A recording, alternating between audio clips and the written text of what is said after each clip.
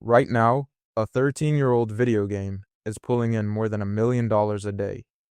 Not from new players, from people who bought it once and somehow never stopped paying. Most people think Rockstar Games is a video game studio. It isn't. It's one of the most sophisticated money machines ever built. And here's the wild part, almost nobody noticed it being assembled. They built it quietly, patiently, in plain sight, while the rest of the world was busy playing. This is the untold story of how it actually works.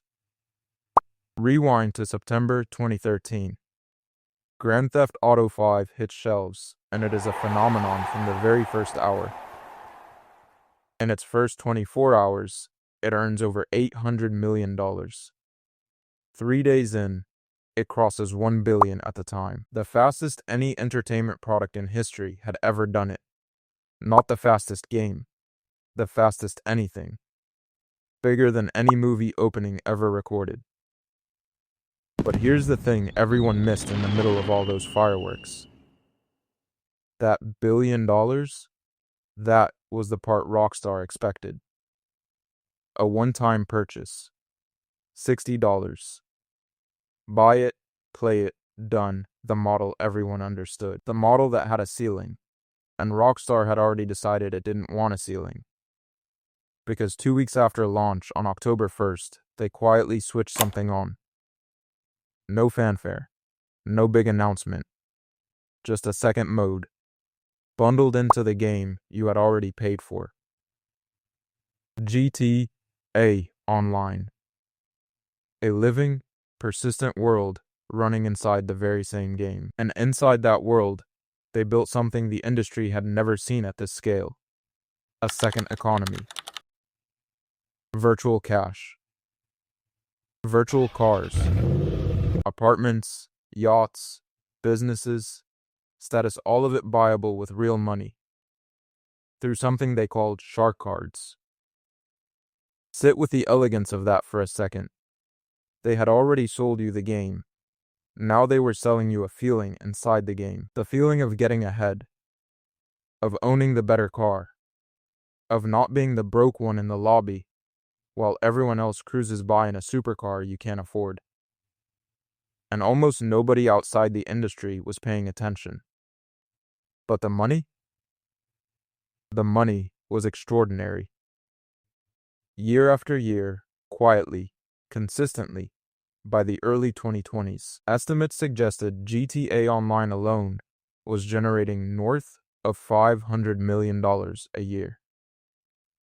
And I want to be straight with you here. Take-Two, Rockstar's parent company, doesn't publish that exact figure, so these are analyst estimates, not official numbers. But every credible estimate lands in the same staggering territory. $500 million a year from a game people had already bought and paid for. Now here's the part that turns this from a lucky hit into a genuine business masterclass. Rockstar never stopped feeding the machine. New cars. New heists, new missions, new islands, new status symbols. Every few months, another update, and almost all of it free to download. But every single update did the same quiet thing. It reignited spending from millions of players who genuinely believed they were done spending. Watch how the loop works. You log back in to try the shiny new content. You realize you can't actually afford the new toys. And there, right there, one tap away, is a shark card, waiting to fix that little problem for you. It's a loop. A beautifully engineered loop, and it ran for over a decade without breaking. There's an even cleverer layer underneath it too. While the online world kept evolving, Rockstar re-released the base game across 3 entire console generations, PS3 and Xbox 360, then PS4 and Xbox One, then PS5 and Xbox Series. Every new console meant fresh marketing, fresh shelf space, and a brand new wave of players walking straight into the economy. The same game sold again and again to people who had never been inside the trap before. So let's talk about what that loop actually produced, because the numbers are almost hard to believe. 230 million copies sold. That makes GTA 5 the second best-selling video game in the history of the entire medium, beaten only by Minecraft.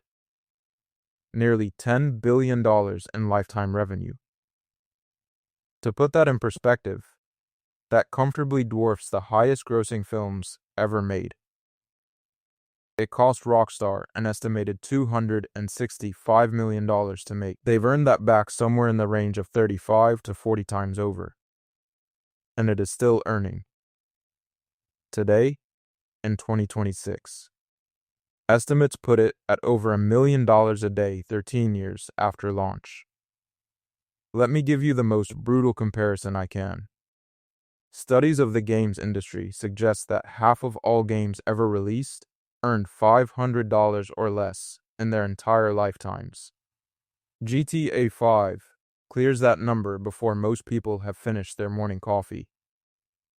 Even now, with its own sequel looming on the horizon, the game still pulls in roughly 18 million players a month. People are still buying a 2013 game in 2026 millions of fresh copies every single year. That is not luck. Luck doesn't last 13 years. That is architecture. Deliberate, engineered, updated, just enough. Just often enough to keep millions of people spending inside a world they never quite wanted to leave. And once you see it, you cannot unsee it. Rockstar didn't build a game and then bolt a revenue model onto it. They built a revenue model and then built a game around it. The game is the bait. The world is the trap. And the trap is so beautifully designed that the people caught inside it call it their favorite hobby. Which brings us to the part you've been waiting for. Because that machine, it was the prototype. The proof of concept. A 13-year experiment in how to keep human beings happily spending money. Forever. And now, Rockstar is doing it all again, except this time. They know exactly what they're doing. Grand Theft Auto 6. Set in a reimagined Vice City, inside the fictional, sun-soaked state of Leonida, following two characters Jason and Lucia, in what Rockstar is openly calling its most ambitious game ever made. The release date, November 19th, 2026, and the signals are already screaming. The base game launches at $79.99, a $10 jump over the standard price of the last generation. A quiet line in the sand that the entire industry is watching. When pre-orders opened, physical copies sold out in some stores within about an hour. Analysts are throwing out day one sales projections so enormous, they range anywhere from 15 million to 45 million copies. And I'll flag clearly that those higher numbers are speculation. The genuinely optimistic end of Wall Street's bets, not a promise. But here's what's almost certainly coming. Based on everything that first machine taught them, the $80 purchase is just the entry fee. The real machine is what arrives after launch: a new online world, a new economy, a new generation of players who will buy in once, and then keep paying, update after update, year after year, like clockwork. Rockstar's parent company already earns the overwhelming majority of its money not from selling games once, but from exactly this kind of ongoing, recurring spending.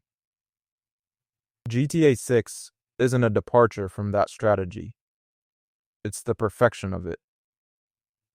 So, when November 19th arrives, and the countdown hits 0, and millions of people log in at the very same moment, understand what you're really watching. It won't just be the launch of a video game. It'll be the most refined version of a money machine that has been quietly running, learning, and improving for 13 straight years. Rebuilt, expanded, more sophisticated than anything we've ever seen before. The machine is about to switch on again. And this time, we're all going to walk right into it. Happily.